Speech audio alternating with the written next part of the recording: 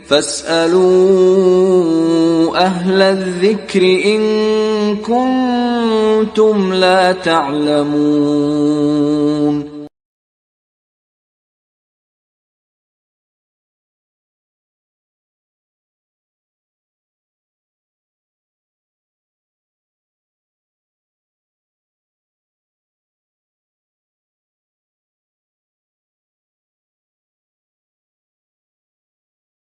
بدہو جس مقرر کا ہم دل کی شدید گہرائیوں سے انتظار کر رہے ہیں، آپ ہمارے درمیان موجود ہیں، فضیلت الشیخ زبیر فیضی حفظہ اللہ. آپ حفظہ اللہ چتر درگا کے مرکزی مسجد کے امام ہیں، اور آپ کے اس مسجد میں کئی دروس بھی ہوئے ہیں. الحمدللہ شیخ محترم ان قریب آپ کے قریب ہونے والے ہیں، شیخ یہاں پہنچنے والے ہیں، لہذا میں بلا تاخیر شیخ کو مدعو کرتا ہوں. آپ حفظہ اللہ کا جو موضوع ہے وہ ہے مومن کے جو اوصاف ہوتے ہیں قرآن اور سنت کی روشنی میں، مومن کن کن وصف سے اس کو متصف ہونا چاہیے. آپ حفظہ اللہ کا موضوع ہے، فلیتفضل مشکورا ماجورا. السلام علیکم ورحمۃ اللہ وبرکاتہ. ان الحمد للہ نحمده ونستعینه ونستغفره ونعوذ باللہ من شرور انفسنا ومن سیئات اعمالنا. من يهده الله فلا مضل له ومن يضلل فلا هادي له. واشهد ان لا اله الا الله وحده لا شريك له وأشهد أن محمدًا عبده ورسوله. يا أيها الذين آمنوا اتقوا الله حق تقاته ولا تموتن إلا وأنتم مسلمون. يا أيها الناس اتقوا ربكم الذي خلقكم من نفس واحدة وخلق منها زوجها وبث منهما رجالًا كثيرًا ونساء. واتقوا الله الذي تساءلون به والأرحام إن الله كان عليكم رقيبًا. يا أيها الذين آمنوا اتقوا الله وقولوا قولا سديدا يصلح لكم أعمالكم ويغفر لكم ذنوبكم ومن يطع الله ورسوله فقد فاز فوزا عظيما. أما بعد فإن أحسن الحديث كتاب الله وخير الهدى هدى محمد صلى الله عليه وسلم وشر الأمور محدثاتها وكل محدثة بدعة وكل بدعة ضلالة وكل ضلالة في النار. أعوذ بالله السميع العليم من الشيطان الرجيم من همزه ونفخه ونفثه. بسم الله الرحمن الرحيم. الذين ينفقون في السراء والضراء والكاظمين الغيظ والعافين عن الناس والله يحب المحسنين. وقال تعالى إلا عباد الله المخلصين. ہر طرح کی تعریف، توصیف، بڑائی، کبریائی اسی ایک اللہ وحدہ لا شریک کے لیے لائق و سزاوار ہے، جو ہم سب کا خالق، مالک اور اکیلا پالنہار ہے. درود و سلام ہو سارے انبیاء پر، بالخصوص ہمارے اور آپ کے آخری نبی جناب محمد الرسول اللہ صلی اللہ علیہ وسلم پر. مسجد جوہرہ کے ذمہ داران اور ممبران، نوجوانان اسلام، بزرگان دین، ملت اسلامیہ کی ماں و بہنوں، اس وقت ہم اور آپ ایک عظیم مقصد کے تحت یہاں بیٹھے ہیں. آج کی اس پروگرام میں منتظمین اجلاس نے آپ حضرات کے سامنے مجھے گفتگو کرنے کے لیے جو موضوع دیا ہے وہ موضوع بڑا وسیع ہے. مختصر وقت میں کچھ اہم صفات جو اہل ایمان کو متصف ہونی چاہیے، کتاب و سنت کی روشنی میں کچھ باتیں اہل ایمان کے اوصاف اور صفات سے متعلق انشاءاللہ ہم بات کریں گے. قرآن مجید سورۃ البقرہ سے لے کر سورۃ الناس تک اللہ تبارک و تعالیٰ نے مومنوں کے کئی اوصاف بیان کیے ہیں. اگر آپ پڑھنا چاہیں سورۃ البقرہ کی ابتدائی آیتیں آپ پڑھ لیں، الذين يؤمنون بالغيب ويقيمون الصلاة ومما رزقناهم ينفقون والذين يؤمنون بما أنزل إليك وما أنزل من قبلك وبالآخرة هم يوقنون. ان آیتوں میں اللہ تعالیٰ نے مومنوں کے بعد اوصاف کا تذکرہ کیا ہے. اسی طرح اللہ تبارک و تعالیٰ نے سورۃ الانفال میں بھی کئی اہل ایمان کے اوصاف بیان کیے ہیں، اور بلکہ اللہ تعالیٰ نے سورۃ المؤمنون میں ابتدائی صفحے میں کئی مومنوں کے اہل ایمان کے اوصاف اللہ نے ذکر کیے ہیں. مگر ان سب سے ہٹ کر کے کچھ اہم باتیں، کچھ اہم اوصاف جو مجھے اور آپ کو اپنانی چاہیے. ان اوصاف کو اپنانے کے بعد ایک انسان معاشرے کا سب سے بہتر انسان، مثالی انسان کیسے بن سکتا ہے، ان اوصاف کو اپنا کر کے انسان اپنے آپ کو بہتر سے بہتر بنا سکتا ہے، مثالی انسان بنا سکتا ہے، مثالی والد بن سکتا ہے، مثالی شوہر بن سکتا ہے، مثالی حکمران بن سکتا ہے، مثالی ذمہ دار بن سکتا ہے، مثالی باپ بن سکتا ہے، مثالی استاد بن سکتا ہے. الغرض ان اوصاف کو انشاءاللہ آپ کے آج کے درس میں آپ کے سامنے ہم رکھیں گے. سب سے پہلی بات یہ ہے کہ اللہ تبارک و تعالیٰ نے اہل ایمان کے جو اوصاف بیان کیے اس میں سے ایک صفت اللہ نے کہا الا عباد اللہ المخلصین. اللہ کے بعض ایسے بندے ہیں جو اللہ تبارک و تعالیٰ کے مخلص بندے ہیں. مخلص کس کو کہتے ہیں؟ اخلاص کا معنی کیا ہے؟ اخلاص کیوں ضروری ہے؟ اخلاص کا معنی ہے اللہ کے خاطر کسی بھی نیکی کو انجام دینا، اللہ کے خاطر، اس کی رضا کے خاطر کسی بھی نیکی کو اگر آپ کرتے ہیں، آپ کا مقصد اللہ کی رضا ہونی چاہیے، آپ کا مقصد اللہ کی خوشنودی ہونا چاہیے، آپ کا مقصد اللہ کا راضی ہونا چاہیے. جس آدمی کے اندر اخلاص ہوگا اس کی چھوٹی سی چھوٹی نیکی بھی انسان کے لیے ذخیرہ آخرت بن جاتی ہے. یہی وجہ ہے قرآن مجید میں اللہ تبارک و تعالیٰ نے اپنے مومن بندوں کو جن اوصاف کو اپنانے کی اللہ نے ترغیب دی ہے، ایک صفت ہے اخلاص. اخلاص اس قدر ضروری ہے کہ جس آدمی کے اندر اخلاص ہوگا اس کی نیکیوں میں اثر آئے گا، اس کی زبان میں اثر آئے گا، اس کی زندگی میں اثر آئے گا، اس کی زبان میں تاثیر آئے گی. یہی وجہ ہے کہ اس وقت سب سے زیادہ ہمیں اور آپ کو جس صفت کو اپنانے کی ضرورت ہے وہ اخلاص کی صفت. وہ اخلاص کی صفت امام بخاری رحمہ اللہ نے اپنی کتاب صحیح بخاری کے اندر سب سے پہلے جس حدیث سے آپ نے اپنی صحیح بخاری کا آغاز کیا، انما الاعمال بالنیات وانما لکل امرئ ما نوى، آپ نے اسلام نے فرمایا انما الاعمال بالنیات، عمل کا دار و مدار نیتوں پر ہے، وانما لکل امرئ ما نوى، اور انسان کے لیے وہی ہے جس کی وہ نیت کرتا ہے. امام بخاری رحمہ اللہ نے اپنی صحیح بخاری کی ابتدا میں اس حدیث کو بیان کر کے یہ پیغام دینا چاہتے ہیں، یہ سبق دینا چاہتے ہیں اور یہ میسج دینا چاہتے ہیں کہ میں نے یہ صحیح بخاری کی کتاب محض اللہ کی رضا کے لیے لکھا ہے، اللہ کی خوشنودی کے لیے میں نے لکھا ہے. امام بخاری رحمہ اللہ نے اپنی کتاب صحیح بخاری لکھے تقریباً دیکھیں آپ 250 پر 6 ہجری میں آپ کا انتقال ہوا. امام بخاری رحمہ اللہ کا انتقال سن 250 پر 6 ہجری میں ہوا اور اس وقت 1440 پر 6واں ہجری چل رہا ہے. آپ اندازہ لگا سکتے ہیں کہ امام بخاری رحمہ اللہ کا انتقال ہوئے اس وقت کتنے سو سال گزر چکے ہیں، مگر امام بخاری کا نام زندہ ہے کہ نہیں ہے؟ آپ کا کارنامہ زندہ ہے کہ نہیں ہے؟ امام بخاری کی لکھی ہوئی کتاب زندہ ہے کہ نہیں ہے؟ قیامت کی صبح تک اللہ نے اس کتاب کو دنیا والوں کے لیے مشعل راہ بنایا ہے. کیوں بنایا ہے؟ اس لیے کہ امام بخاری رحمہ اللہ کی کتاب خالص اللہ کی رضا اور اخلاص و للہیت کی خاطر لکھا ہے.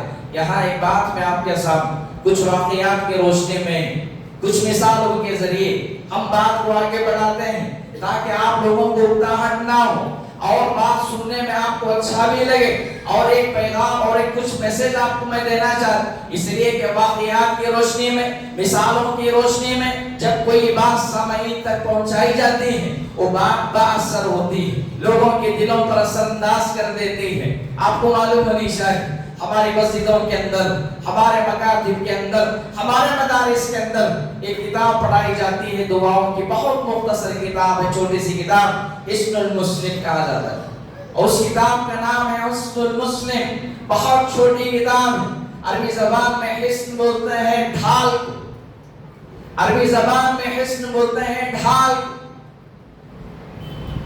اور اس کتاب کے لکھنے والے شیخ سعید القحطان ہیں، سعودی عرب کے رہنے والے کبار علماء میں سے 2018 میں آپ کا انتقال ہوا۔ آپ جانتے ہیں حصن المسلم آپ نے تقریباً عالم کے بقول 80 سے زائد آپ نے کتابیں لکھی ہیں، 80 سے زائد آپ نے کتابیں لکھی ہیں، اور ان کتابوں میں سب سے مشہور کتاب آپ کی حصن المسلم ہے، اور حصن المسلم صرف چند صفحات پر مشتمل کتاب۔ دنیا کی اس وقت ہر زبان میں کتاب آپ کو ملے گی، ہر زبان میں، اردو زبان میں آپ کو اس کا ترجمہ ملے گی، عربی زبان میں آپ کو یہ کتاب ملے گی، رومن انگلش میں کتاب آپ کو ملے گی، کنڑا زبان میں آپ کو ملے گی، عربی زبان میں آپ کو ملے گی، دنیا کی تقریباً مشہور زبانوں میں اس کتاب کا ترجمہ ہوا ہے۔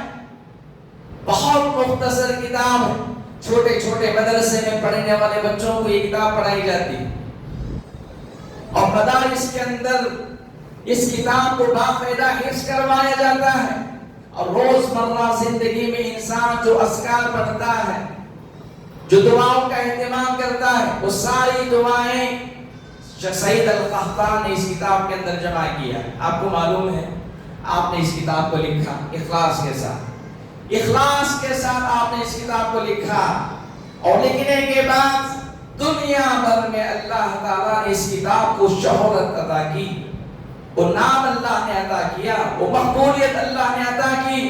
دیکھتے دیکھتے کچھ ہی عرصے میں، کچھ ہی وقفے میں شیخ سعید القحطان کی لکھی ہوئی کتاب حصن المسلم دنیا بھر میں مقبول ہوئی، دنیا بھر میں مقبول ہوئی۔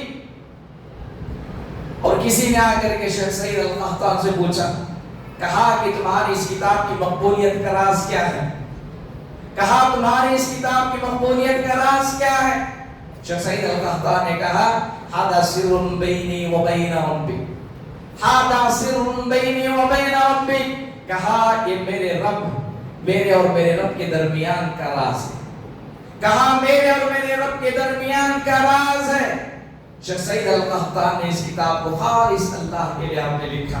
آپ دیکھیں اخلاص سے جو نیکیاں کی جاتی ہیں نا، اللہ تعالیٰ اس نیکی کا صدقہ دیر تک محفوظ رکھتا ہے۔ اور اتنا ہی نہیں، بسا اوقات انسان جب اپنی نیکیوں میں مخلص ہو، اپنے اعمال میں مخلص ہو، اور اپنی اطاعت اور فرما برداری میں، بندگی میں انسان جب مخلص ہو، اللہ تعالیٰ اس کی اخلاص کا ثمرہ بسا اوقات اس کی زندگی میں ہی دے دیتا ہے۔ آپ تاریخ اسلام اٹھا کر کے دیکھیں، آپ 10 یوں شخصیات کی مثالیں آپ کو ملیں گی، 10 یوں ایسی شخصیات اس زمین پر اس نیلے آسمان کے نیچے گزری ہیں جنہوں نے پوری زندگی خالص اللہ کے رضا کے لیے گزاری، مگر ان کی اخلاص کا ثمر اللہ نے دنیا میں ہی دیا ہو۔ سعودی عرب کے بہت بڑے عالم دین شیخ محمد بن صالح العثیمین رحمہ اللہ، شیخ محمد بن صالح العثیمین رحمہ اللہ 2001 میں آپ کا انتقال ہوا۔ آپ کو معلوم ہے بہت ساری کتابیں آپ نے لکھی شیخ صالح العثیمین رحمہ اللہ، بعض کتابیں آپ نے اسی لکھی ہیں، ہماری زندگیاں لگ جائیں گے اس کو پڑھنے میں، مثالیں تھوڑی سی علم میں ہوگی، بات سمجھنے میں آپ کو آسانی ہو رہی ہے، مشکل ہو رہی ہے، بات سمجھ میں آ رہی ہے؟ آپ باتیں غور سے سنیے، جو باتیں میں آپ کے سامنے رکھنے جا رہا ہوں ہمارے اور آپ کے دلوں کو جھنجھوڑنے والی باتیں ہیں، تزکیہ نفس والی باتیں ہیں، ہمارے دلوں کی اصلاح کے لیے یہ باتیں کافی ہیں، اور یہی پیغام، یہی باتیں، یہی میسج آپ لے کر کے جائیے، میں سمجھتا ہوں آج کے پروگرام کا حق ادا ہو جائے گا انشاءاللہ۔ محمد بن صالح العثیمین رحمہ اللہ سعودی عرب کے کبار علماء میں سے 2001 میں آپ کا انتقال ہوا۔ آپ کو معلوم ہے شیخ صالح العثیمین رحمہ اللہ کے تعلق سے بہت اہم بات میں نے چند دنوں پہلے پڑھی، دل کو چھوئی وہ بات۔ شیخ صالح العثیمین رحمہ اللہ سعودی عرب میں ایک نیوز چینل چلتا ہے نور النبی گروپ کے نام سے، جس میں سعودیہ کے کبار علماء باقاعدہ لوگوں کے سوالات ہوتے ہیں، جوابات دیتے ہیں۔ کون سے سنیں اس مثال کی؟ شیخ صالح عثیمین رحمہ اللہ کو ایک عورت نے کال کیا، فون کیا اس نے، اور فون کر کے اس نے اپنے خواب کی تعبیر معلوم کرنا چاہی۔ کہا کہ شیخ میں نے کل رات ایک خواب دیکھا ہے اور اس خواب نے مجھے پریشان کر کے رکھ دیا ہے۔ کون سے سنو اس مثال؟ انسان کے اندر جب اخلاص ہو، انسان جب مخلص ہو، اللہ کی رضا کے لیے جو نیکیاں کی جاتی ہیں، اللہ تعالیٰ کیسے زندگیوں میں اس کی تاثیر، اس کا اثر دکھاتا ہے۔ ایک مثال ہے، اس خاتون نے فون کیا، کہا کہ میں کل رات ایک خواب دیکھی اور اس خواب نے مجھے جھنجھوڑ کے رکھ دیا ہے، پریشان کر کے رکھ دیا ہے، میں چاہتی ہوں کہ اس خواب کی تعبیر آپ سے معلوم کروں۔ شیخ صالح العثیمین رحمہ اللہ نے اس خاتون سے پوچھا، کہا کہ اچھا بتاؤ کہ تم نے خواب کیا دیکھا؟ اس خاتون نے کہا کہ شیخ میں نے کل رات خواب میں دیکھا کہ ایک آدمی برہنہ بغیر لباس کے ننگے بدن کعبۃ اللہ کا طواف کر رہا ہے۔ برہنہ میں نے ایک شخص کعبۃ اللہ کا طواف کرتے ہوئے دیکھا ہے۔ محمد بن صالح العثیمین رحمہ اللہ اس خاتون سے کہا کہ تم نے حقیقت میں اس خواب کو دیکھا ہے؟ اس خاتون نے کہا کہ ہاں میں اس خواب کو اپنے خواب میں نے نیند میں دیکھا ہے اس خواب، اور حقیقت میں نے دیکھا ہے۔ شیخ صالح عثیمین رحمہ اللہ نے کہا اگر تم نے خواب دیکھا ہے تو اس کی تعبیر ہوگی جس شخص کو تم نے خواب میں دیکھا کہ برہنہ طواف کر رہا ہے، اس کا مطلب یہ ہے کہ اللہ نے اس کے پورے گناہ معاف کر دیے، اللہ نے اس کے سارے گناہ معاف کر دیے ہیں۔ اس خاتون نے اس جواب کو سننے کے بعد کہا کہ آپ جاننا چاہتے ہیں وہ شخص کون ہے جس کو میں نے خواب میں دیکھا؟ اللہ اکبر! دل کے کانوں سے سنو اس کو۔ اس خاتون نے کہا کیا جاننا چاہتے ہو جس شخص کو میں نے خواب میں برہنہ طواف کرتے ہوئے دیکھا وہ شخص کون ہے؟ شیخ صالح عثیمین رحمہ اللہ نے کہا کہ رہنے دیں اس بات کو، راز میں ہی رہنے دیں، میں چاہتا ہوں کہ یہ بات راز ہی رہے۔ اس خاتون نے اصرار کیا، کہا کہ نہیں میں بتانا چاہوں گی کہ وہ شخص کون ہے جس کو میں نے خواب میں دیکھا۔ شیخ صالح عثیمین رحمہ اللہ نے بار بار اس عورت کی اصرار پر کہا کہ ٹھیک ہے بتاؤ وہ شخص کون ہے جس کو تم نے خواب میں برہنہ طواف کرتے ہوئے دیکھا۔ اس خاتون نے کہا کہ وہی وہ شخص آپ ہی تھے۔ کہا کہ وہ شخص آپ ہی تھے، میں نے آپ ہی کو برہنہ خواب میں کعبۃ اللہ کا طواف کرتے ہوئے دیکھا۔ اتنا سننا تھا، شیخ صالح عثیمین رحمہ اللہ کے آنکھوں سے بے ساختہ آنسو نکل کے رونے لگے۔ یہ اخلاص انسان کے اندر جب اخلاص آئے گا نا، اس کی نیکی میں اثر، اس کی زبان میں اثر آئے گا اور اس کی دنیا اللہ تعالیٰ بدل دے گا۔ ایسی بہت سی مثالیں آپ کو مل جائیں گی۔ یہ اس وقت سب سے زیادہ مجھے اور آپ جس صفت کو اپنانے کی ضرورت ہے وہ اخلاص ہے، اور ہمارے یہاں آپ دیکھیں اخلاص کی بہت کمی ہے، اخلاص کی بہت کمی ہے۔ انسان حج کر کے آیا، اپنے نام سے پہلے حاجی لگا دیتا ہے، زکات دے رہا ہے، دکھاوا کرتا ہے، جی نماز پڑھ رہا ہے، دکھاوا کرتا ہے۔ آپ دیکھیں اللہ کے نبی صلی اللہ علیہ وسلم نے ایک حدیث میں آپ نے فرمایا کہ جو انسان اللہ کے راہ میں کچھ صدقہ دے، اللہ کی راہ میں کچھ صدقہ دے، وہ اتنا چھپا کر کے دے کہ بائیں ہاتھ کو بھی اس کا احساس نہ، بائیں ہاتھ کو بھی احساس نہ۔ اور تہجد کی نماز دیکھیں، ایک اصول آپ بتائیں، ذہن میں رکھیں، تہجد کی جو نماز ہے، تہجد کی نماز کو شریعت نے رات کے آخری حصے میں پڑھنے کو ترجیح دی ہے، اور افضل نماز ہے کہ اگر کوئی انسان تہجد کی نماز رات کے آخری حصے میں پڑھتا ہے تو افضل ہے۔ اب یہاں غور کرنے کی بات یہ ہے کہ تہجد کی نماز کو رات کے آخری حصے میں ہی کیوں افضل قرار دیا ہے؟ کون بتائیں؟ ویسے عشاء کے بعد سے لے کر فجر کی اذان تک تہجد کی نماز کا وقت ہے، آپ کبھی بھی پڑھ سکتے ہیں، افضل یہ ہے کہ رات کے آخری حصے میں پڑھیں۔ کیوں؟ کیا حکمت ہے اس؟ رات کے آخری حصے میں پڑھنے کی کیا حکمت ہے؟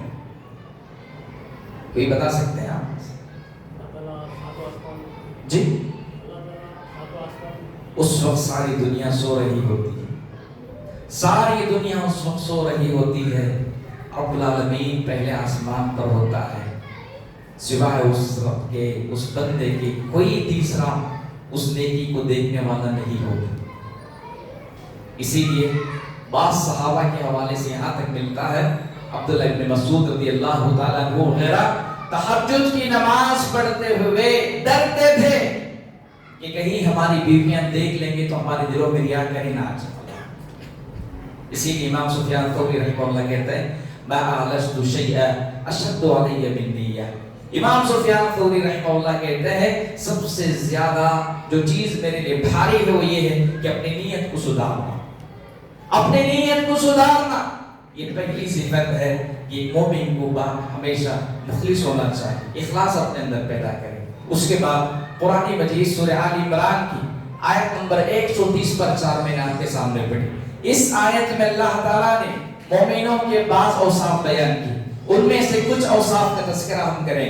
الذین ينفقون فی السراء والضراء، اللہ کے بعد مومن بندے ایسے ہیں جو اللہ کی راہ میں خرچ کرتے ہیں، خوشی کی حالت میں، فراخی کی حالت میں، تنگ دستی کی حالت میں، مجبوری کی حالت میں بھی خرچ کرتے ہیں، خوشی کی حالت میں بھی خرچ کرتے ہیں۔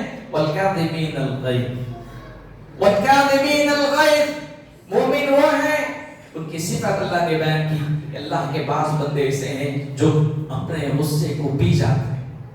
ہم اس صفت پر بات کرتے ہیں۔ دنیا میں اس وقت کون ایسا انسان ہے جو دعویٰ کر سکے کہ مجھے غصہ نہیں؟ کوئی ایسا انسان ہے جو یہ دعویٰ کر سکے کہ مجھے غصہ نہیں ہے؟ غصہ ہر انسان ہے اور یہ بہت مذموم صفت ہے، یاد رکھیے۔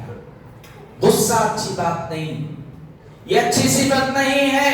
بات بات پر غصہ کرنا، بات بات پر غصے کا اظہار کرنا، بات بات پر کسی کو ڈانٹنا ڈپٹنا، یہ اچھی بات نہیں۔ اللہ کے نبی صلی اللہ علیہ وسلم کے پاس ایک صحابی آئے، آ کر کے اللہ کے نبی صلی اللہ علیہ وسلم سے کہا کہ اوصینی، اللہ کے نبی آپ مجھے نصیحت کریں، آپ نصیحت کریں۔ آپ اللہ کے نبی صلی اللہ علیہ وسلم سے اس صحابی نے کہا نصیحت مختصر ہونا چاہیے، کوئی لمبی چوڑی نصیحت نہیں، ایسی نصیحت کریں کہ وہ ہمیشہ میرے ذہن و دماغ میں پیوست ہو جائے اور اس پر میں عمل کرتا رہوں پوری زندگی۔ آپ علیہ السلام نے کیا کہا لا تغضب، کہا غصہ مت کرو۔ اس صحابی نے دوسری بار پوچھا، آپ نے وہی جواب دیا، کہا لا تغضب۔ تیسری مرتبہ پوچھا، کہا اللہ کے نبی نے تیسری مرتبہ وہی نصیحت کی، کہا لا تغضب، غصہ نہ کرو۔ غصہ بسا اوقات انسان بڑی آزمائشوں سے دوچار کرتا ہے۔ بسا اوقات غصے کا مزاج انسان کو بڑی آزمائشوں سے دوچار کرتا ہے۔ قرآن مجید سورہ یونس آپ اٹھا کر کے پڑھیں، یونس علیہ السلام کا جہاں اللہ نے واقعہ بیان کیا ہے۔ ایک بات وہاں غور کرنے کی ہے، بات کیا ہے جانتے ہیں؟ حضرت یونس علیہ السلام کو اللہ نے جب نینوا بستی کی طرف نبی بنا کر کے بھیجا، ایک مدت تک حضرت یونس علیہ السلام اپنی قوم میں بحیثیت داعی بن کر کے آپ نے کام کیا، اور لوگ جب اپنی اصلاح نہیں کر پائے، سدھرنے کا جب کوئی علاج نہیں تھا، حضرت یونس علیہ السلام قوم سے ناراض ہو کر غصہ ہو کر نکل گئے، کشتی میں سوار ہو گئے، اور کشتی میں جب سوار ہوئے تو پھر اس کے بعد اس کا جو واقعہ ہے آپ سب جانتے ہیں، کشتی والوں نے اٹھا کر کے سمندر میں پھینک دیا، مچھلی نے آپ کو نگل لی، اور مچھلی کے پیٹ میں حضرت یونس علیہ السلام نے اللہ سے دعا مانگی، کہا لا الہ الا انت سبحانک انی کنت من الظالمین، دعا کی نہیں؟ اللہ تعالیٰ کو ان کی یہ دعا بہت پسند آئی۔ پھر اس کے بعد اللہ تعالیٰ نے کیا کہا، لَلَبِثَ فِي بَطْنِهِ إِلَىٰ يَوْمِ يُبْعَثُونَ، کہا کہ اگر یونس مچھلی کے پیٹ میں دعا نہ کرتے، قیامت کی صبح تک مچھلی کے پیٹ کو ان کے لیے ہم خبر بنا دیتے۔ قیامت کی صبح تک یونس علیہ السلام غصہ ہو کر کے چلے گئے تھے، مگر آپ کا غصہ آپ کے لیے آزمائش بن گئی۔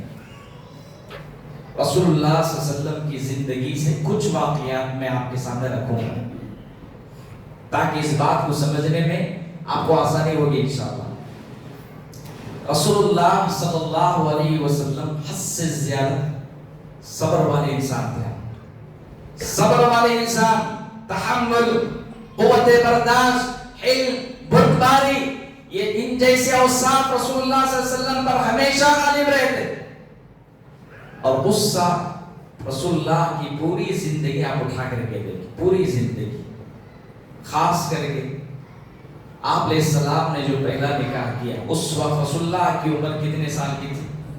25 سال کی عمر میں آپ نے نکاح کیا۔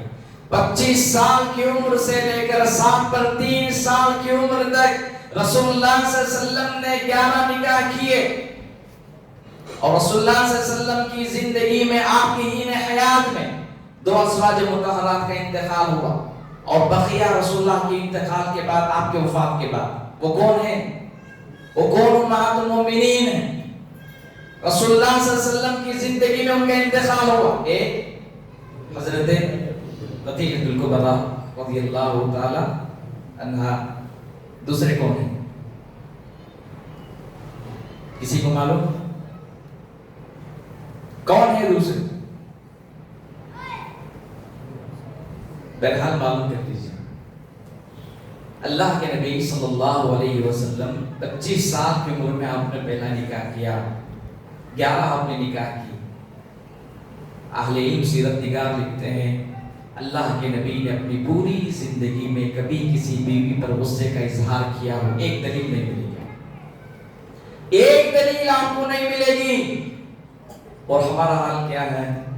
انسان باہر کا غصہ لا کر کے بیوی پر اتارتا ہے، بیوی کو مارنا، بچوں کو مارنا، کمزور لوگوں پر ہاتھ اٹھا دینا، مجبور لوگوں پر ہاتھ اٹھا دینا، اور کہنا غصہ آیا مار دیا، غصہ آیا فلاں فلاں کہہ دیا، غصہ اچھی بات نہیں۔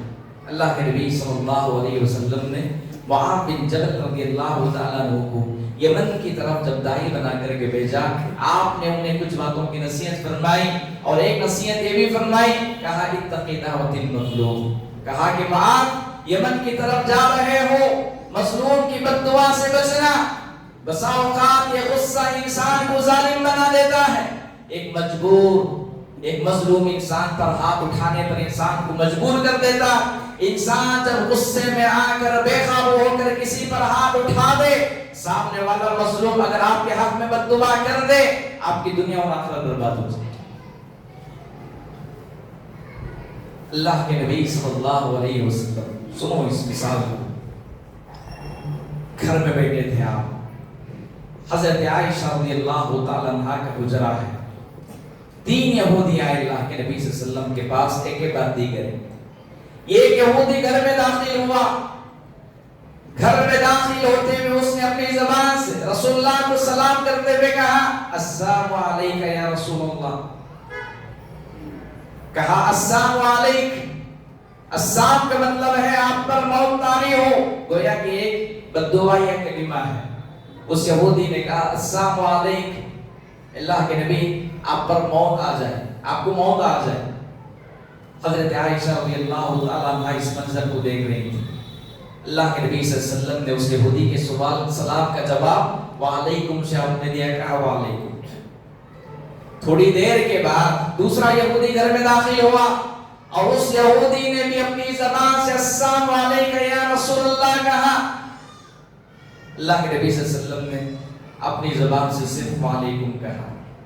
پھر اس کے بعد تھوڑی دیر کے بعد ایک یہودی اور تیسرا یہودی آیا اللہ کے نبی صلی اللہ علیہ وسلم کی خدمت میں، اور اس نے بھی داخل ہوتے ہوئے اللہ کے نبی صلی اللہ علیہ وسلم کو سلام کرتے ہوئے کہا السلام علیکم یا رسول اللہ، کہا کہ اللہ کے نبی آپ پر موت آ جائے، یعنی آپ پر موت طاری ہو جائے۔ حضرت عائشہ رضی اللہ تعالیٰ عنہ اس منظر کو دیکھ رہی تھی، 3 یہودی ایک کے بعد دیگر آئے، اور تینوں نے اللہ کے نبی کو سلام کیا، اور اس سلام میں بھی اللہ کے نبی پر بد دعائیں کلمات تھیں۔ حضرت عائشہ کو رہا نہیں گیا، غصے میں آ گئے، اور آ کر کے آپ نے اپنی زبان سے کہہ دیا، کہا کہ اللہ کی لعنت ہو تم پر، اللہ کا غضب ہو تم پر۔ حضرت عائشہ نے اس طرح کہا، آپ علیہ السلام نے کیا کہا؟ کہا کہ مہلن یا عائشہ مہلن، کہا کہ اے عائشہ خاموش ہو جاؤ، خاموش ہو جاؤ، اپنے غصے پر قابو کرو، کنٹرول کرو۔ آپ علیہ السلام نے فرمایا کہ تمہیں معلوم نہیں ان اللہ یحب الرفق فی کل امر، آپ نے فرمایا اللہ تعالیٰ ہر معاملے میں نرمی کو پسند کرتا ہے، تو غصہ اچھی بات نہیں۔ اور جس آدمی کے اندر غصے کا کنٹرول کرنے والی صفت ہوگی نا، وہ لوگوں کے دلوں کو فتح کر لے گا۔ ایک واقعہ آپ سنیے، سیرت کی کتابوں میں ایک صحابی ہیں زید بن ثعلبہ رضی اللہ تعالی، کیا نام ہے؟ زید بن ثعلبہ رضی اللہ تعالی کون ہیں؟ مدینہ کے یہودی علماء میں سے۔ اللہ کے نبی صلی اللہ علیہ وسلم مکہ سے ہجرت کر کے جب مدینہ آئے، مدینہ آنے کے بعد مدینہ میں گنتی کے کچھ یہودی علماء تھے، ان علماء میں سے ایک عبداللہ بن سلام ہے۔ عبداللہ بن سلام یہودیوں کے بہت بڑے عالم، جنہیں تورات ازبریات تھی، ازبریات تھی تورات، اور دیگر مذہبی کتابوں کے حافظ تھے۔ وہ بھی اسلام لائے، مسلمان ہوئے۔ اور ان یہودی علماء میں سے ایک حضرت زید بن ثعلبہ ہے، جو یہودیوں کے ان علماء میں سے ہیں جو گنتی کے شمار کیے جاتے ہیں۔ اللہ کے نبی صلی اللہ علیہ وسلم سے متعلق، آپ کے اوصاف سے متعلق تورات میں آپ نے اللہ کے نبی سے متعلق کچھ اوصاف پڑھے۔ ایک صفت رسول اللہ صلی اللہ علیہ وسلم کی، وہ کیا جانتے ہیں آپ؟ یسبق حلمہ غضبہ۔ حضرت زید بن ثعلبہ کہتے ہیں میں نے اپنی کتاب تورات کے اندر اللہ کے نبی صلی اللہ علیہ وسلم کے حوالے سے جو صفات پڑھی، ایک صفت یہ بھی تھی یسبق غضبہ حلمہ غضبہ، کہ ان کا صبر ان کے غصے پر ہمیشہ غالب رہے۔ اب زید بن ثعلبہ کہتے ہیں کہ میں اللہ کے نبی صلی اللہ علیہ وسلم کا امتحان لینا چاہ رہا تھا، جانچنا چاہ رہا تھا، پرکھنا چاہ رہا تھا کہ اللہ کے نبی صلی اللہ علیہ وسلم کے اندر یہ صفت ہے کہ نہیں ہے۔ اب امتحان بھی کیسے؟ دیکھیں رسول اللہ صلی اللہ علیہ وسلم کی مجلس میں بیٹھے تھے زید بن ثعلبہ رضی اللہ تعالی، اتنے میں ایک آدمی آیا اپنے اونٹ پر سوار ہو کر، آ کر کے کہا اللہ کے نبی صلی اللہ علیہ وسلم ہمارے قبیلے کے لوگ اسلام لائے ہیں اور اس وقت پریشانی میں ہیں۔ پریشانی کیا ہے؟ پورا علاقہ، پورا قبیلہ قحط سالی سے دوچار ہے۔ اگر ہم اس وقت ان کی مالی امداد نہ کریں اپنے قبیلے والوں کی، ممکن ہے، ڈر ہے کہ وہ اسلام سے مرتد ہو جائے۔ اللہ کے نبی آپ امداد کر دیں۔ اللہ کے نبی صلی اللہ علیہ وسلم نے حضرت علی کی طرف دیکھا، حضرت علی کو آپ نے آنکھوں سے اشارہ کیا۔ حضرت علی رضی اللہ تعالیٰ عنہ نے اللہ کے نبی صلی اللہ علیہ وسلم کو جواب دیا، اپنا سر ہلاتے ہوئے کہا کہ بیت المال میں اس وقت کوئی مال نہیں ہے، کوئی مال نہیں، اس وقت بیت المال خالی ہے، ان کی مدد نہیں کر سکتے۔ اسی موقع کو غنیمت جان کر زید بن ثعلبہ کہتے ہیں میں نے اللہ کے نبی صلی اللہ علیہ وسلم کی مجلس میں اٹھا اور اٹھ کر کے کہا اللہ کے نبی اگر آپ چاہیں تو میں آپ کی مدد کر سکتا ہوں۔ آپ علیہ السلام نے بطور عار، بطور قرض آپ نے 80 دینار ان سے قرض لیا۔ کتنے؟ 80 دینار آپ نے قرض لیا۔ سنو اس واقعے کو، اس مثال کو سنو اور یہ پیغام لے کر کے جاؤ کہ مومنین کے اوصاف میں سے ایک صفت یہ ہے کہ وہ غصے پر قابو رکھتے ہیں، کنٹرول کرتے ہیں وہ، اور جس آدمی کے اندر یہ صفت ہوگی نا دشمنوں کے دلوں کو بھی فتح کر لے گا۔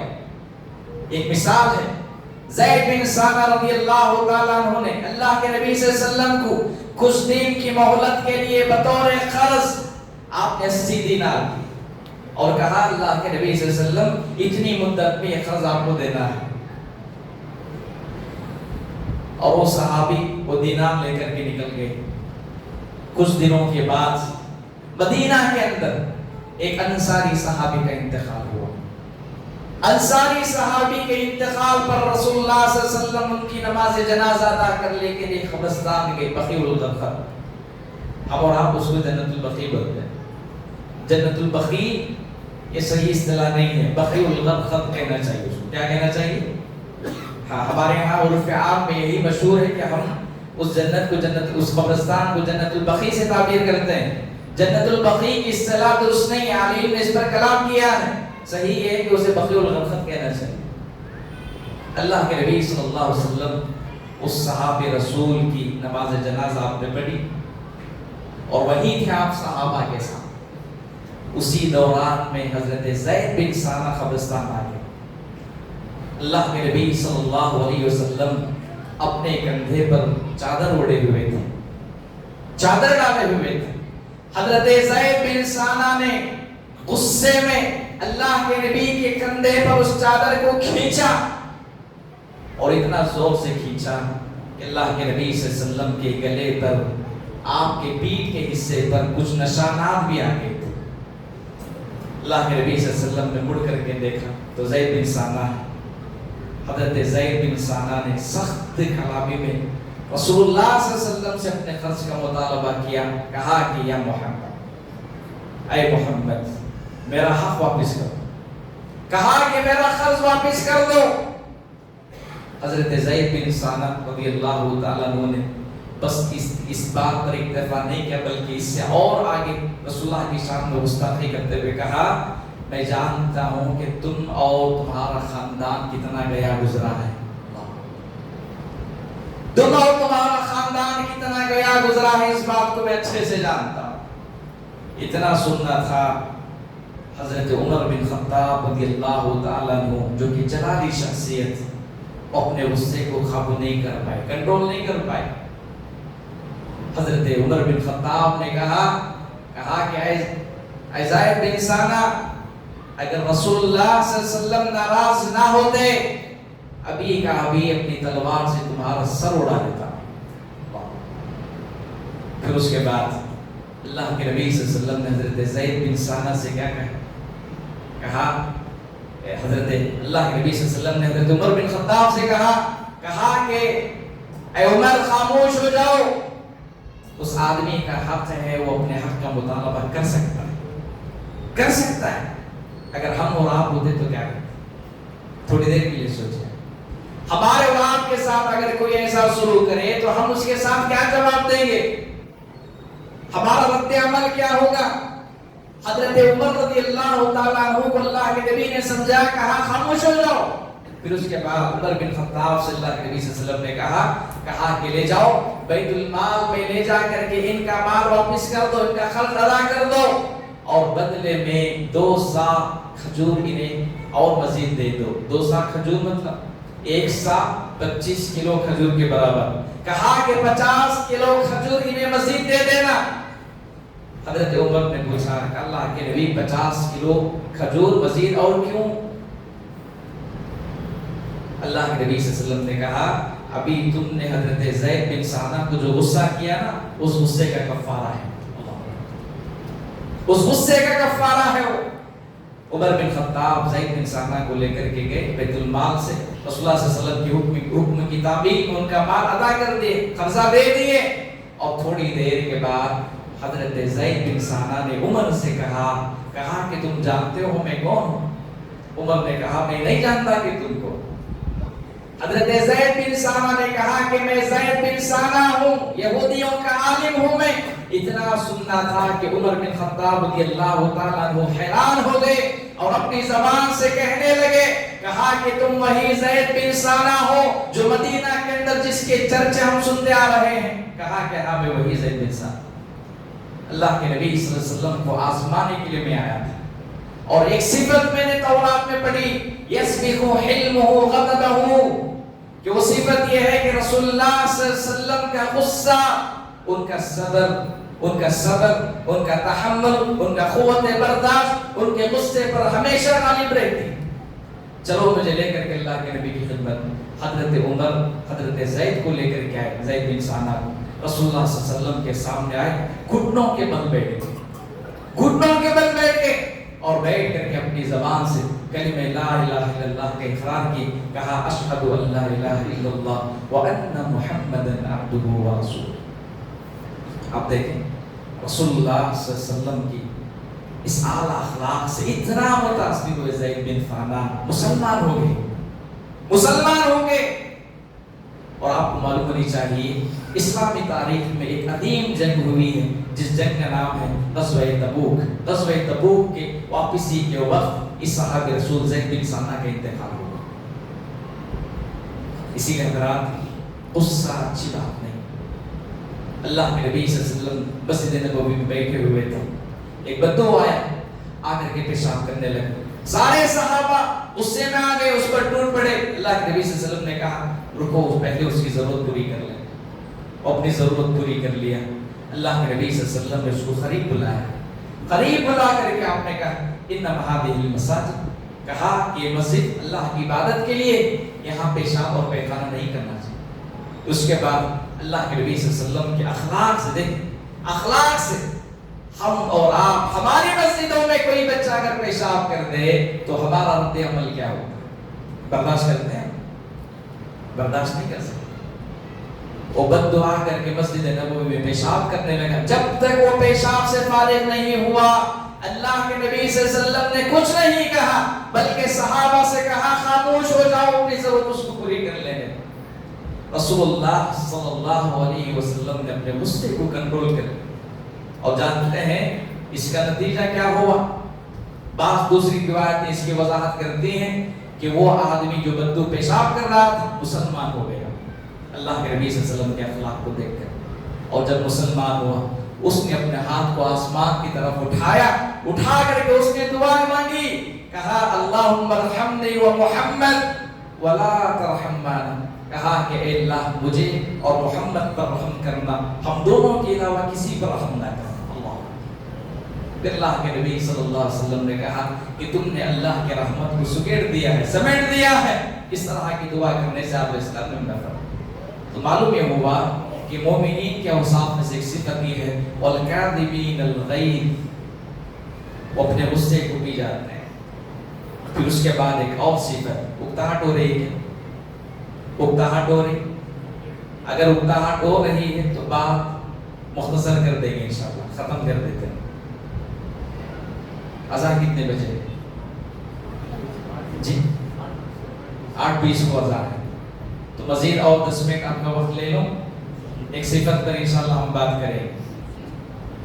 قرآن مجید کی اسی آیت کریمہ میں مومنوں کی ایک دوسری صفت اللہ نے بیان کی, والعافین عن الناس, وہ لوگوں کو معاف کر دیتے ہیں. دیکھیں معاف کرنے کی جو صفت ہے, معاف کرنے کی صفت یہ اللہ کی صفت ہے, رب العالمین کی صفت ہے جو اپنے بندوں کو معاف کر دیتا ہے. دیکھیں انسان جو اللہ کی زمین پر اللہ کے بندوں کے ساتھ معافی کا معاملہ کرتا ہے, کل حشر کی عدالت میں اللہ اس کے گناہوں کو معاف کرتا ہے. اللہ کے نبی صلی اللہ علیہ وسلم نے صحیح بخاری صحیح مسلم کی روایت سے آپ علیہ الصلوۃ والسلام نے قوم بنی اسرائیل کے ایک آدمی کا تذکرہ کیا. بنی اسرائیل میں ایک شخص تھا, اللہ نے اس کو بے انتہا مال و دولت سے نوازا تھا, اور اس مال سے وہ غریبوں کی مدد کرتا, جو مجبور ہے انہیں قرض دیتا, قرض دینے کے بعد مہلت دیتا, اور اپنے وارثین کو, اپنی اولاد کو بھیجتا, کہتا کہ جاؤ فلاں آدمی مجھ سے قرض لیا ہے, اگر وہ دینے کی طاقت رکھتا ہے تو اس سے لے لو, اگر نہیں رکھتا ہے تو مزید مہلت دو, اگر اس کی بھی طاقت نہیں ہے تو معاف کر کے آ جاؤ. اللہ کے نبی صلی اللہ علیہ وسلم فرماتے ہیں اس آدمی کا انتقال ہو گیا. انتقال کے بعد اللہ نے اس کی روح کو بنایا. اللہ تعالیٰ نے اس سے پوچھا, کہا کہ دنیا سے آئے ہو, کوئی نیکی لے کر کے آئے ہو؟ اس شخص نے کہا اللہ سے کہا کہ جہاں تک مجھے معلوم ہے کوئی نیکی میں لے کر کے نہیں آیا, پوری زندگی میں نے صرف گناہوں میں گزار دی. اللہ تعالیٰ اس بندے سے کہے گا یاد کرو کوئی ایک نیکی ہے تمہاری, کوئی ایک نیکی ہے تمہاری, یاد کرو. وہ بندہ رب العالمین سے کہے گا کہ پروردگار ایک ہی نیکی ہے جو دنیا میں کرتا تھا. کہا کیا نیکی؟ میں لوگوں کو قرض دے کر کے معاف کر دیتا تھا, قرض دے کر معاف کر دیتا تھا. اللہ کے نبی صلی اللہ علیہ وسلم فرماتے ہیں اللہ اس بندے سے کہا کہ جاؤ میں نے تمہیں معاف کر دیا. معاف یہ بہت بڑی صفت ہے. انسان معاف کرنے والا بنے, بیوی کی غلطی کو معاف کرنا, بچوں کی غلطیوں کو معاف کرنا, اپنے خادمین کی غلطیوں کو معاف کرنا، ماتحت رہنے والے لوگوں کے ساتھ لوگوں کو معاف کر دینا، جی مجبوروں کو معاف کر دینا، غلاموں کو معاف کر دینا، کمزور طبقے کے لوگوں کو معاف کر دینا۔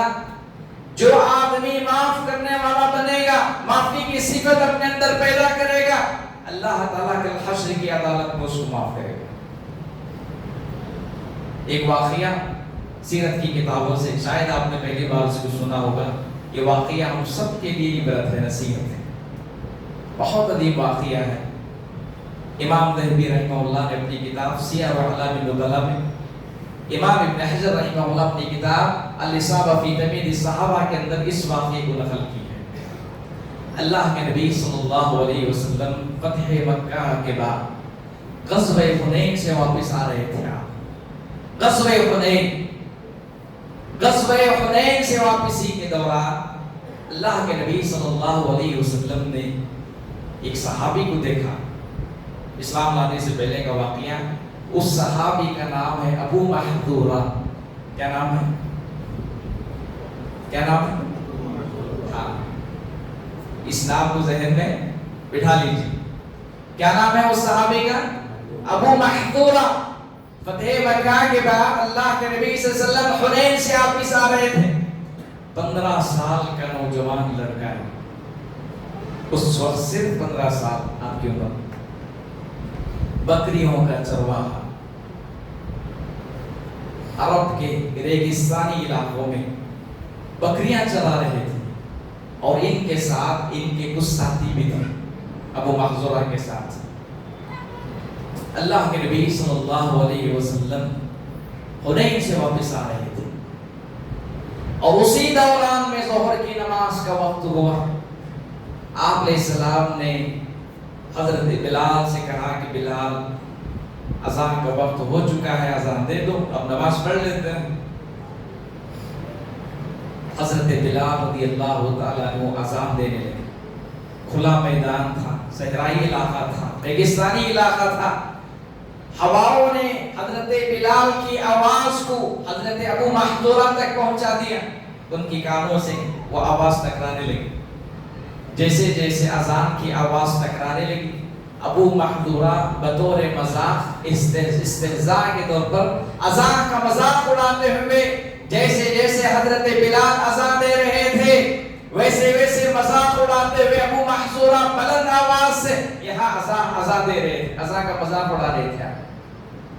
اللہ کے نبی صلی اللہ علیہ وسلم کی کانوں میں وہ آواز پہنچی، اس لیے کہ آپ کی آواز بڑی سریلی تھی، دلکش آواز تھی۔ اللہ تعالیٰ کسی کسی کو اچھی آواز دیتا ہے، جیسے حضرت داؤد علیہ السلام کو اللہ نے آواز دے دی۔ اللہ کے نبی صلی اللہ علیہ وسلم کے ایک صحابی تھے حضرت ابی بن کعب رضی اللہ تعالیٰ، بڑی خوبصورت آواز تھی آپ کی، اور جب یہ قرآن پڑھتے تھے نا، اس وقت یہ عالم ہوتا تھا کہ جو بھی ان کا قرآن سنتا تھا انہیں لگتا تھا کہ ابھی ابھی قرآن نازل ہو رہا ہے۔ یہ آواز میں سرور اور ایک کشش تھی، اللہ تعالیٰ دیتا ہے بعض لوگوں کو۔ ابو محذورہ کی آواز میں بھی یہی کشش تھی۔ حضرت بلال یہاں اذان دے رہے ہیں، یہ مذاق اڑا رہے ہیں، اللہ کے نبی صلی اللہ علیہ وسلم کے کانوں تک ان کی آواز آئی۔ اذان ختم ہوئی، ختم ہونے کے بعد اللہ کے نبی صلی اللہ علیہ وسلم نے 2 صحابہ کو بھیجا، ایک حضرت علی اور ایک حضرت زبیر بن عوام رضی اللہ تعالیٰ، دونوں کو بھیجا، کہا کہ جاؤ ابھی جو شخص اذان کا مذاق اڑا رہا تھا اسے لے کر کے آؤ۔ یہ دونوں صحابہ گئے اور جا کر کے حضرت ابو محذورہ ان کے ساتھیوں کو لے کر کے آئے، اور لانے کے بعد اللہ کے نبی صلی اللہ علیہ وسلم نے حضرت ابو محذورہ سے پوچھا، کہا کہ تم میں سے کون ہے وہ شخص جو ابھی ابھی اذان دے رہا تھا، اذان کا مذاق اڑا رہا تھا؟ ابو محذورہ کہتے ہیں اس وقت جو میرے ساتھیاں تھے وہ سب کے سب خاموش ہو گئے، سب کے سب خاموش ہو گئے، ڈر کے مارے کہ کہیں اللہ کے نبی ہمیں قتل نہ کر دے۔ پھر اس کے بعد اللہ کے نبی صلی اللہ علیہ وسلم نے ان کے سارے ساتھیوں سے ایک ایک کر کے اپنے اذان سنی، کہا کہ تم اذان دو۔ ابو محذورہ کہتے ہیں کہ میرے سارے ساتھیوں نے اذان دی۔ پھر اس کے بعد آخر میں میری باری آئی، اللہ کے نبی صلی اللہ علیہ وسلم نے ابو محذورہ سے کہا کہ تم اذان دو۔ اس صحابی نے کہا کہا اللہ کے نبی مجھے اذان دینا نہیں ہے. پھر اس کے بعد آپ علیہ السلام نے انہیں ابو محذورہ کو اذان کی کلمات آپ نے سکھائی. جیسے جیسے اللہ کے نبی اللہ اکبر کہتے ابو محذورہ اللہ اکبر کہتے, اشہد ان لا الہ الا اللہ کہتے, ابو محذورہ اشہد ان لا الہ الا اللہ کہتے. ابو محذورہ کہتے ہیں اذان سے پہلے میں مسلمان نہیں ہوا تھا, اسلام سے مجھے نفرت تھی, نبی سے مجھے نفرت تھی, اہل اسلام سے مجھے نفرت تھی. اسلام اذان جیسے ہی ختم ہوئی, اذان ہونے کے فوراً بعد مسلمان. کیسے مسلمان؟ ابو محذورہ کہتے ہیں کہ میں جب اشہد ان لا الہ الا اللہ کے بعد اشہد ان محمد رسول اللہ میں نے کہا تو میرے سینے میں اسلام حقیقت میں داخل ہو گیا, حقیقت میں داخل ہو گئے. اذان ختم ہوئی, اللہ کے نبی صلی اللہ علیہ وسلم سے انہوں نے درخواست, ابو محذورہ کیا درخواست؟ کہا اللہ کے نبی میری خواہش ہے کہ آپ مجھے مسجد حرام کا مؤذن بنائیں. اللہ اکبر, کیا خواہش کی؟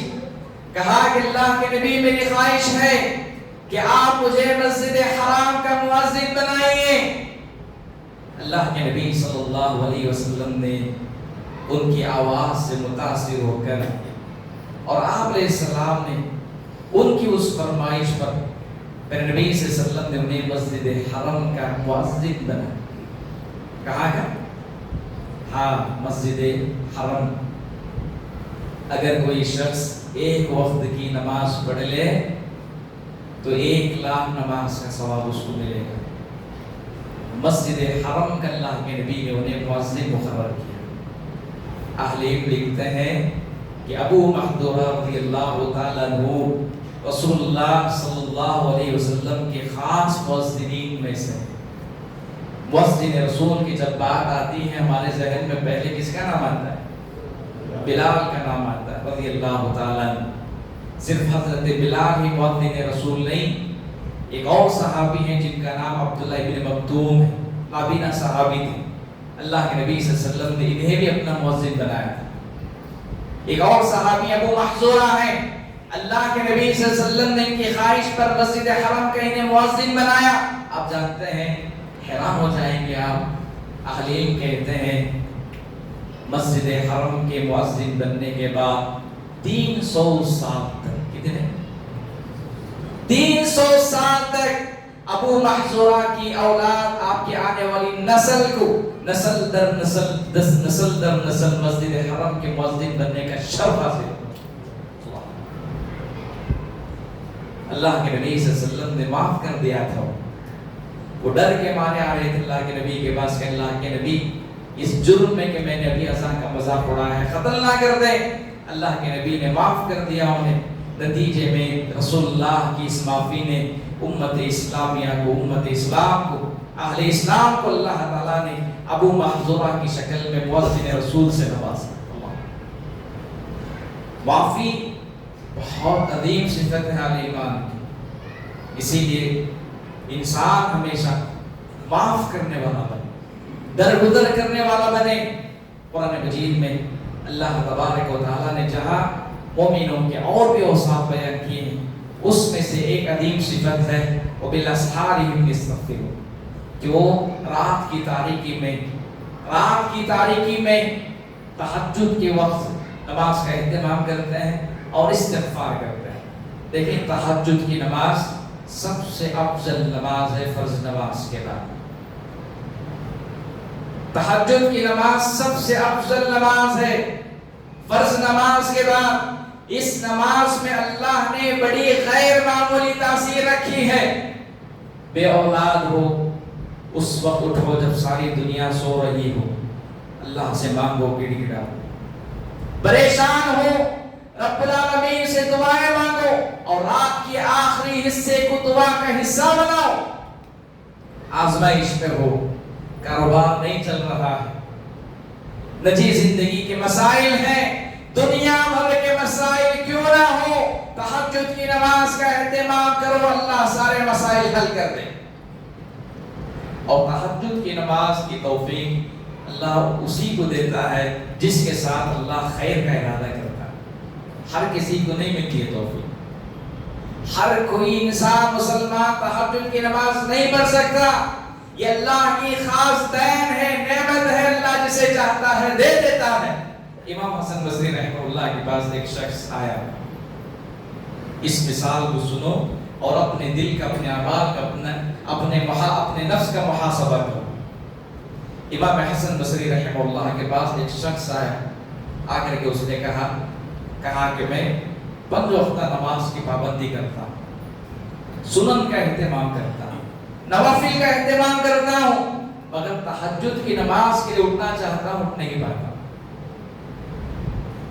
امام حسن بصری رحمہ اللہ نے کیا کہا؟ ہو سکتا ہے تمہارے کسی گناہ کی وجہ سے اللہ نے تمہیں تہجد کی نماز کی نعمت سے محروم کر دیا.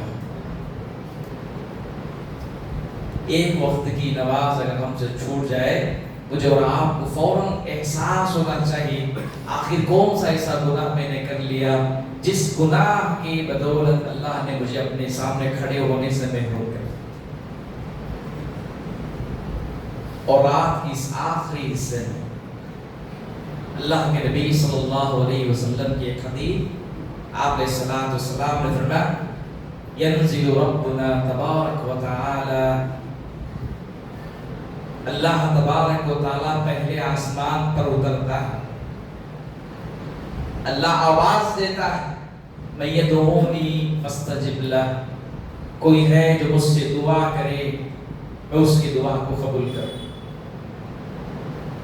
اور اس وقت رات کی تاریکی میں، رات کے آخری پہر میں انسان جو دعا مانگتا ہے نا، اس دعا کے اندر جو خلوص ہوتا ہے نا، دن بھر میں کی جانے والی دعا میں وہ خلوص نہیں ہوتا. جو خلوص رات کے آخری حصے میں دعا کے اندر انسان محسوس کرتا ہے، جو لذت انسان محسوس کرتا ہے. تہجد کی نماز رسول اللہ صلی اللہ علیہ وسلم پر فرض تھی، مگر اس امت کی آسانی کے لیے اللہ تعالیٰ نے اس نماز کو نفل بنا دی، ورنہ اگر فرض ہو جاتا تو کیا حل ہوتا. اور اللہ کے نبی صلی اللہ علیہ وسلم کی تہجد کی نماز کا حال کیا تھا جانتے ہیں آپ؟ عبداللہ ابن مسعود کہتے ہیں اللہ کے نبی صلی اللہ علیہ وسلم کے ساتھ ایک مرتبہ میں تہجد کی نماز کے لیے کھڑا ہو گیا. حضرت عبداللہ ابن مسعود کہتے ہیں اللہ کے نبی صلی اللہ علیہ وسلم کے ساتھ میں کھڑا ہو گیا تہجد کی نماز کے لیے. تہجد کی نماز میں رسول اللہ کی خدمت کا کیا حال تھا؟ عبداللہ ابن مسعود کہتے ہیں اللہ کے نبی سورۃ الفاتحہ کے بعد سورۃ البقرہ آپ نے تلاوت کی، پوری سورۃ البقرہ. پھر اس کے بعد سورہ آل عمران آپ نے پڑھا، پھر اس کے بعد سورۃ النساء آپ نے پڑھا. اللہ اکبر. سوچیے سورۃ البقرہ، سورہ آل عمران، سورۃ النساء تقریباً 5 پاروں پر مشتمل ہے. یہ 3 سورت ہیں. عبداللہ ابن مسعود کہتے ہیں میں نے اللہ کے نبی صلی اللہ علیہ وسلم کے ساتھ کھڑا ہوا، میں نماز کے دوران رسول اللہ کی خلاف سے میں محسوس کر رہا تھا کہ اللہ کے نبی اب رکوع میں جائیں گے، اب رکوع میں جائیں گے، اب رکوع میں جائیں گے. عبداللہ ابن مسعود کہتے ہیں کہ اللہ کے نبی پوری سورۃ البقرہ کی تلاوت کر لیے. پھر اس کے بعد سورہ آل عمران کی آپ نے تلاوت کی، سورۃ النساء کی آپ نے تلاوت کی. 5 پارے اللہ کے نبی صلی اللہ علیہ وسلم نے صرف ایک رکعت. کتنا طویل قیام ہوتا تھا علیہ السلام کا. پھر عبداللہ ابن مسعود کہتے ہیں اللہ کے نبی جب رکوع میں گئے آپ کا رکوع بھی آپ کے قیام کے برابر ہوتا تھا. اللہ اکبر. تو تہجد کی نماز کی پابندی کیجیے، عادت ڈالیے، اور اگر نہیں تو کم سے کم انسان نیت کر کے سو جائے. انسان نیت کر کے سو جائے اور سونے سے پہلے اللہ سے دعا ضرور مانگے. اور رات کے جس حصے میں بھی آپ کی آنکھ کھل جائے کم سے کم تہجد اگر نہ پڑھ پائیں، نیند کا اگر غلبہ آپ کو ہو، دعا ضرور کریں، دعا ضرور کر لیں. اس لیے کہ اس وقت انسان جو دعا کرتا ہے اللہ اس کی دعا ضرور قبول کرتا ہے. میں یدعونی فاستجب لہ، کوئی ہے جو مجھ سے دعا کرے میں اس کی دعا ضرور قبول کروں. امام بخاری رحمہ اللہ کا واقعہ بہت مشہور، آپ سب نے سنا ہے، بار بار اس واقعے کو بیان کیا جاتا ہے. امام بخاری رحمہ اللہ جب نابینا ہو گئے، آپ کی آنکھیں چلے گئی، والدہ کو بڑی فکر ہوئی.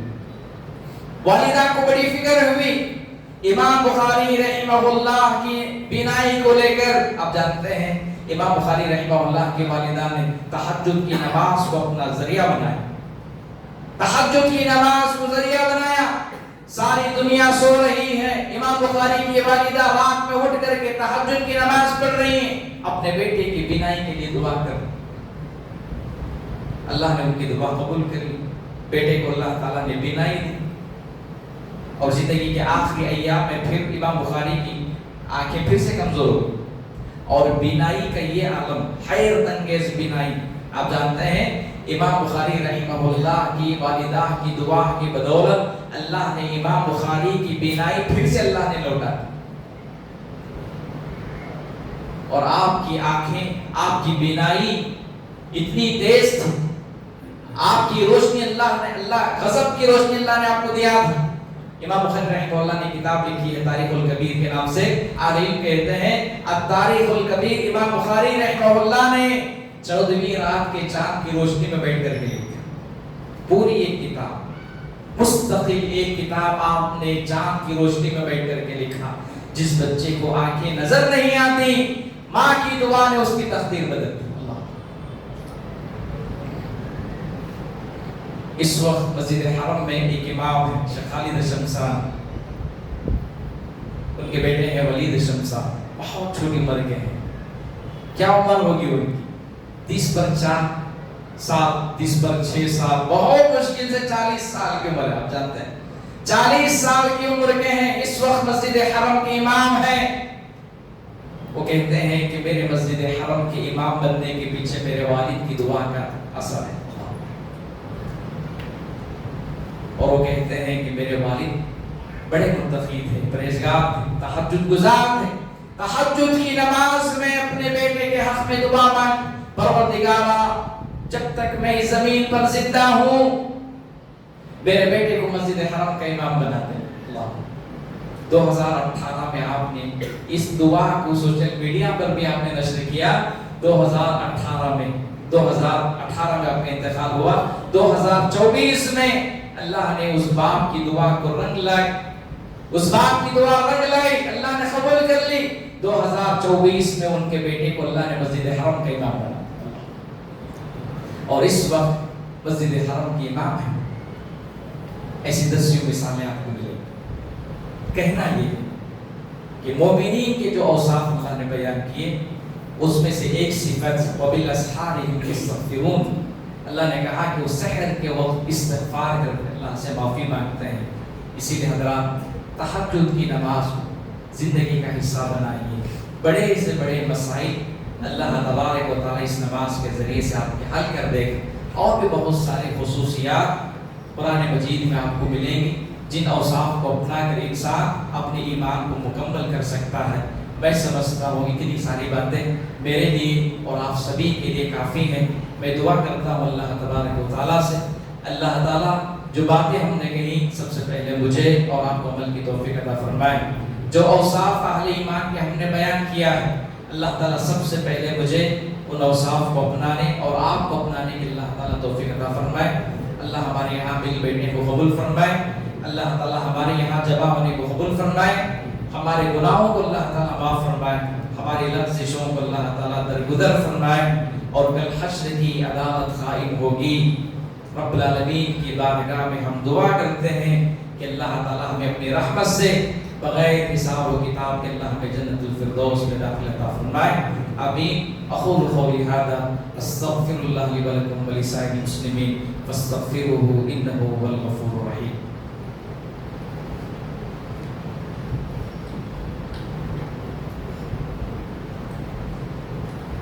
جزاک اللہ خیر, بارک اللہ فیکم. یہ تھے فضیلت الشیخ زبیر فیضی حفظہ اللہ. آپ 4 اہم باتوں کی طرف آپ نے اشارہ کیا.